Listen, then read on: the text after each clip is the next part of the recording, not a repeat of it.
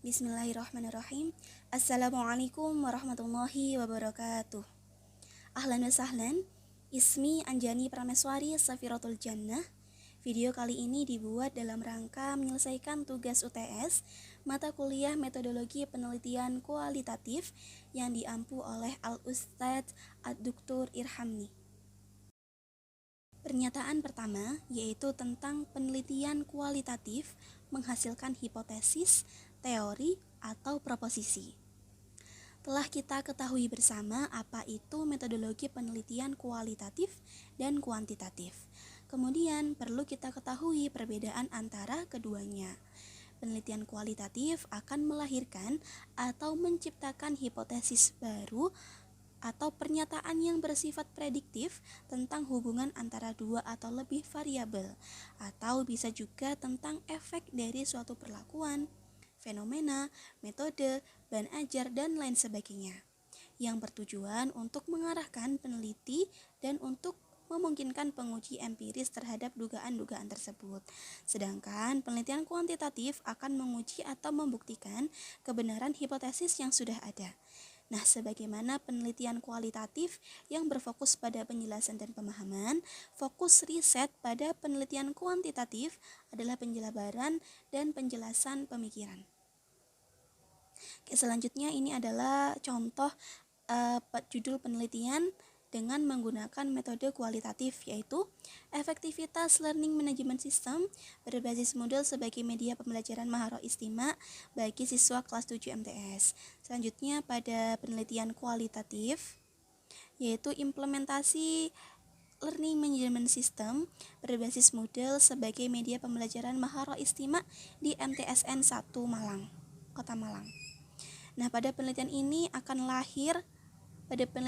kualitatif ini akan lahir hipotesis baru tentang penggunaan learning management system berbasis Moodle sebagai media pembelajaran istimewa bagi siswa MTS. Kemudian setelah melalui proses pada pendekatan kualitatif dengan mengumpulkan dan menganalisis untuk menemukan permasalahan yang terjadi untuk diberikan tindakan. Dari proses inilah teori atau proposisi digunakan dalam penelitian kualitatif. Teori dan proposisi dalam penelitian kualitatif memberikan kerangka kerja yang penting untuk memahami dan menganalisis data, serta untuk mengarahkan proses penelitian secara keseluruhan. Kemudian, meskipun pendekatan dan perumusannya mungkin berbeda dengan penelitian kuantitatif, namun keduanya memiliki peran yang penting dalam pengembangan pengetahuan dan pemahaman tentang fenomena yang diteliti. Baiklah, itulah tadi pemaparan tentang pernyataan yang pertama, yaitu penelitian kualitatif menghasilkan hipotesis, teori, atau proposisi. Lanjut pada pernyataan yang kedua, yaitu peneliti kualitatif adalah murid. Maksud dari pernyataan ini adalah mengibaratkan seorang peneliti menjadi murid, yang mana tugas dari seorang murid adalah untuk belajar. Nah, pada penelitian kualitatif, peneliti tidak hanya mencari kebenaran atau fakta, tapi juga belajar secara mendalam, menerima segala informasi dan semua kemungkinan yang terjadi di lapangan. Itu sebabnya peneliti kualitatif bisa diibaratkan sebagai murid. Nah, sebagai contoh judul penelitian kualitatif yaitu penerapan learning management system berbasis Moodle sebagai media pembelajaran bahasa Arab bagi siswa kelas 10 di MAN 2 Kota Malang. Nah, pada penelitian ini peneliti akan menerima semua data yang sesuai dengan pendekatannya dan tidak bisa menentukan, hanya mempelajari dan menganalisis data yang telah didapatkan. Nah, itulah tadi pemaparan dari pernyataan yang kedua, yaitu peneliti kualitatif adalah murid. Selanjutnya yang ketiga, yaitu fenomena yang ditemukan dalam penelitian kualitatif bersifat ganda. Dalam penelitian kualitatif, fenomena yang ditemukan seringkali bersifat kompleks dan multifaset. Istilah bersifat ganda bisa mencerminkan kompleksitas ini, yang berarti fenomena tersebut dapat memiliki berbagai dimensi, interpretasi, atau dampak yang terkait. Nah, sebagai contoh yaitu terjadinya interpretasi ganda. Suatu fenomena dapat diinterpretasikan dengan cara yang berbeda oleh individu yang berbeda-beda. Misalnya, pengalaman kuliah di luar negeri dapat diinterpretasikan sebagai pengalaman yang merusak karena perbedaan mulai dari budaya, agama, dan lain sebagainya. Sementara individu lain melihatnya sebagai peluang untuk apa? Untuk bertumbuh lebih mandiri dan juga bisa sebagai pengalaman untuk melihat dunia lebih luas. Jadi pengalaman yang membahagiakan. Kemudian juga fenomena yang ditemukan dalam penelitian kualitatif yang bersifat ganda, salah satu contohnya yaitu dimensi yang ganda, yaitu fenomena yang kompleks seringkali memiliki berbagai dimensi yang saling terkait. Contohnya, perubahan iklim dapat memiliki dimensi ekologis, sosial, ekonomi, dan politik yang semuanya saling terkait dan berdampak satu sama lain. Dalam penelitian kualitatif, pengakuan akan kompleksitas dan sifat ganda dari fenomena tersebut penting untuk dipahami secara mendalam dan menafsirkan data dengan tepat. Ini menunjukkan bahwa fenomena dalam penelitian kualitatif sering tidak disederhanakan menjadi kategori tunggal atau generalisasi yang sederhana, tetapi memerlukan pemahaman yang mendalam dan kontekstual. Nah, jadi itu pemaparan tentang pernyataan fenomena yang ditemukan dalam penelitian kualitatif bersifat ganda.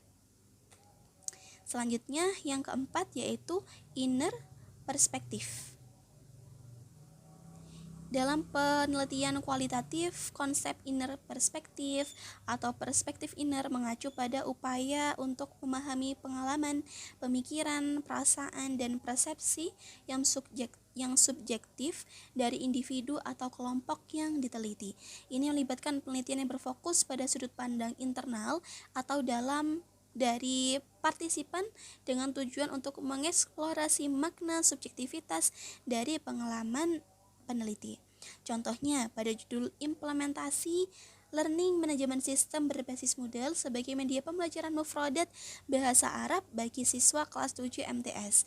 Nah, penelitian ini akan melibatkan banyak aspek, diantaranya yaitu subjektivitas dan pengalaman pribadi yang menekankan pada subjektivitas pengalaman dan pemahaman yang dimiliki individu atau peneliti atau yang diwawancara, atau refleksi dan introspeksi, analisis tekstual dan interpretasi, konteks budaya dan empati, dan keterlibatan emosional.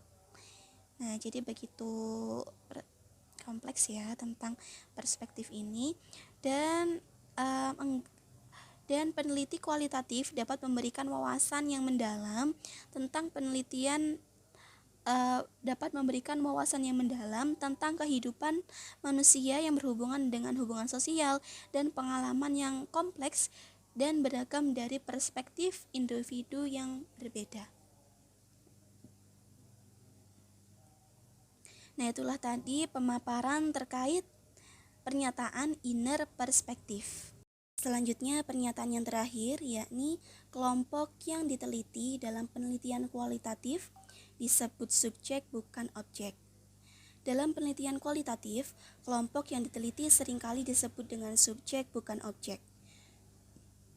Penggunaan istilah subjek bukan objek dalam penelitian kualitatif menekankan pada peran aktif yang dimiliki oleh partisipan dalam proses penelitian. Mereka tidak hanya menjadi objek yang diamati atau dianalisis oleh peneliti, tetapi juga memiliki pengaruh dalam pembentukan penelitian itu sendiri melalui pengalaman, pandangan, dan interaksi mereka. Kemudian dengan memperlakukan partisipan sebagai subjek, penelitian kualitatif mencoba untuk memahami sudut pandang mereka, memperdalam pemahaman tentang pengalaman subjektif mereka, dan menghargai kontribusi mereka terhadap pengetahuan yang telah dihasilkan. Ini mencerminkan pendekatan yang lebih kolaboratif dan responsif terhadap penelitian, di mana penelitian dan subjek berinteraksi secara timbal balik dalam membangun pemahaman yang lebih dalam tentang fenomena yang akan diteliti.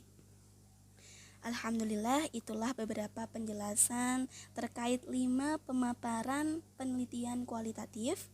Terima kasih dan mohon maaf apabila terdapat kekurangan maupun kekeliruan dalam penyampaian. Mari kita belajar bersama.